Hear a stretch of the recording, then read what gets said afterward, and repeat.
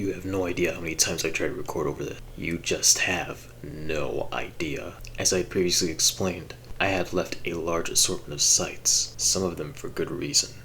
Twitter is one of them, and for this purpose, I'd like to set aside the fact that people have become overly sensitive to anything anyone says and does, overly offended, and easily. And for this purpose, let's set aside the fact that there is an easy way to block and mute people you do not like. Specifically, we also have the ability to protect our accounts, which means only those who follow the account will be able to see its posts. And as a result, you get to choose whether or not someone gets to follow you after they request to. You heard me. You get to choose who follows you. But no, this wasn't enough. And so now, when you reply to people, and I need you to read this with me, only relevant people, such as those who followed the person who replied, and the person in the conversation, will see the reply in their timeline.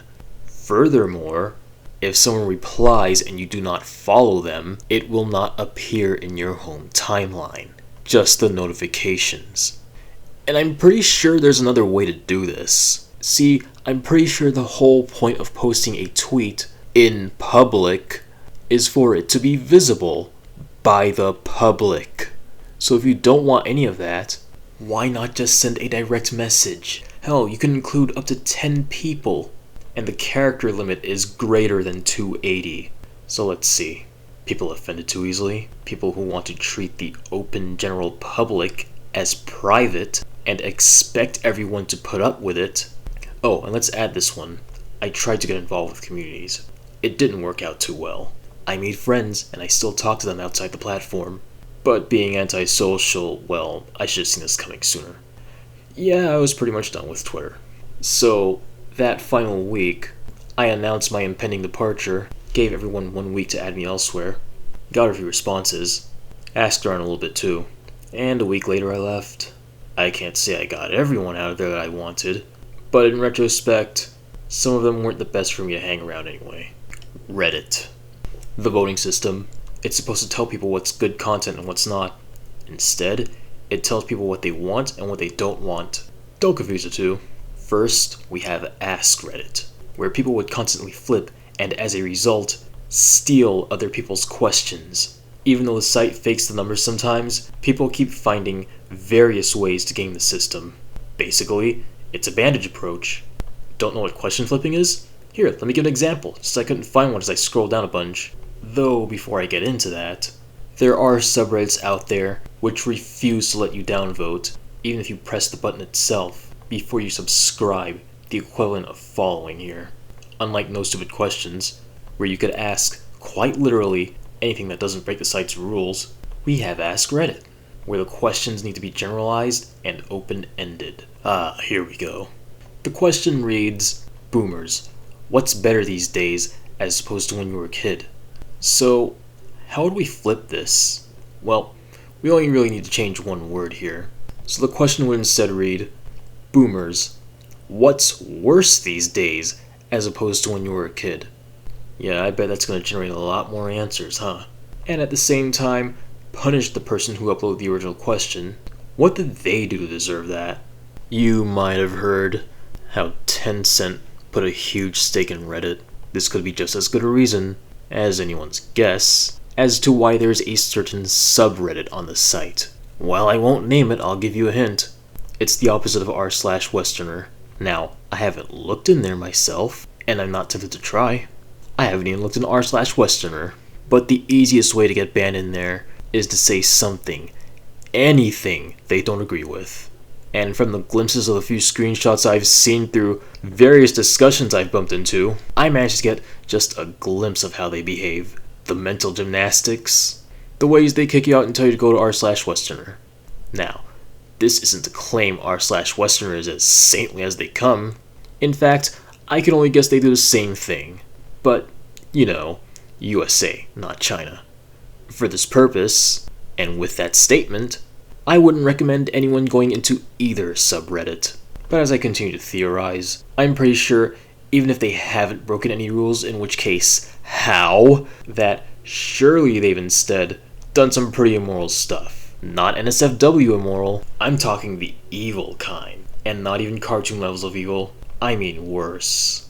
People using the report feature as a super downvote button, just the sprinkles on the ice cream. Because, overall, if your opinion isn't the same as everyone else's, you get punished in plenty of ways. My fan favorite being the straw man. See, when it comes to discussion, people in Reddit prefer to attack each other, not their ideas. I was victimized by this too. And with all of that, I decided it was time for me to go. What you won't see is Facebook. All the screenshots I could find, they had names of actual people, or who could have been actual people, and to pull some GIMP or CG magic, though it would have been helpful, it wouldn't have been logistical. When I first encountered Facebook, somewhere between 2006 and 2007, it was meant for students. High school, college, university, this place was for you. To connect with other students. Social media platform plus antisocial equals bad news. And it didn't take too long for it to come down to that. The site opened up to everyone. Everyone on Earth. And so even family members added me. That was enough to convince me to step away from the site. But I needed around a decade to realize, hey, I'm cleaning out all of my social media, deleting all these accounts. Don't I still have a Facebook account? I never deleted it. I tried to log in. It wouldn't let me. I tried to reset my password. It told me no. It wanted my ID. I provided it. 1 month later, I got an email. They said they still couldn't confirm it was me. Confused and just as frustrated, I sent them a reply. I sent you my ID. What more do you want from me? I'm guessing that was an anti-bot response because shortly after, they gave me my account back, and then I deleted it. They let me carry all of my memories into a zip folder, and I did, and then deleted it. And I haven't cared to look back since. Not going to say who, but someone told me they've been commenting on my videos, but that I haven't responded back. They told me their username. I'm looking at the comment section right now. Every comment, including those I haven't replied to, and they are nowhere to be seen.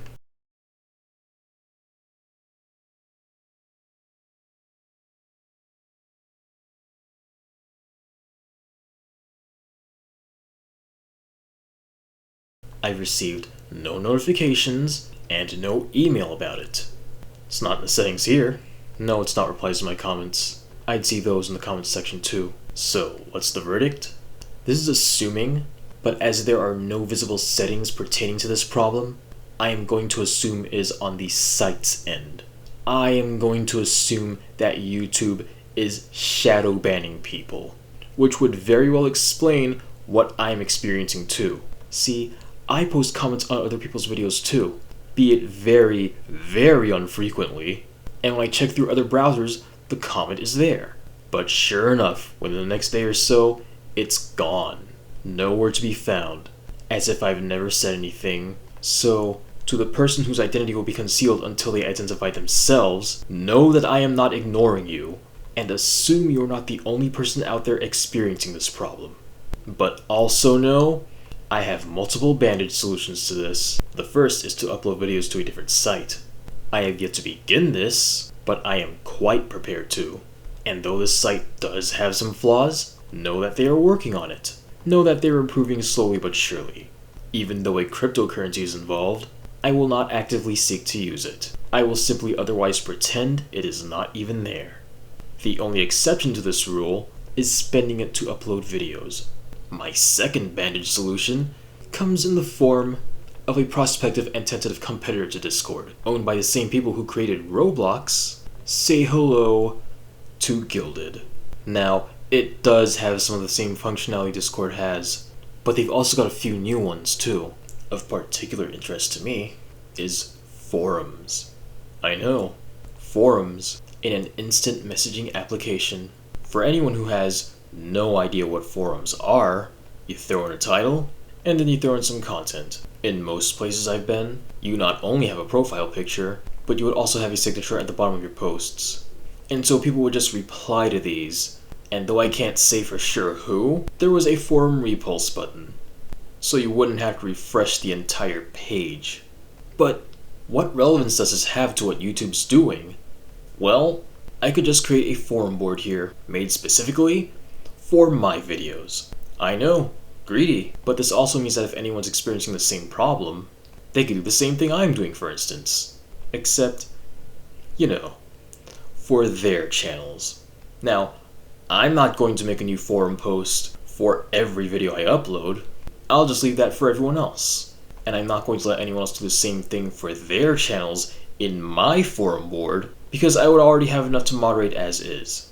But for anyone who does try to comment on my videos and find that either no one's responding, or that I haven't, they could try here in the forums instead. And I know this is all a terrible idea, what with me being antisocial, but until YouTube stops shadow banning people, I am out of ideas. To briefly explain for anyone who has no idea, a ban is a revocal of service. It basically means look but don't touch, or the effect of being thrown out of the entire mall. This would prompt the more malicious to evade the ban in some way, maybe through an IP, maybe by just making another account. A shadow ban takes that idea and purposefully neglects to tell the target. So they would carry on like normal, only no one's responding anymore. So their fuel source, reactions and responses, are gone. No one's affected by the behavior anymore. They are now a ghost. It's like no one cares, when the truth is, no one can see it anymore. But the target doesn't know that. But the result is still the same. As described by Wikipedia, a shadow ban or a stealth ban is the act of banning someone without notifying them, such that the lack of responses convinces them to simply go away. That isn't how I treat people. That isn't how I want people to believe I would treat them.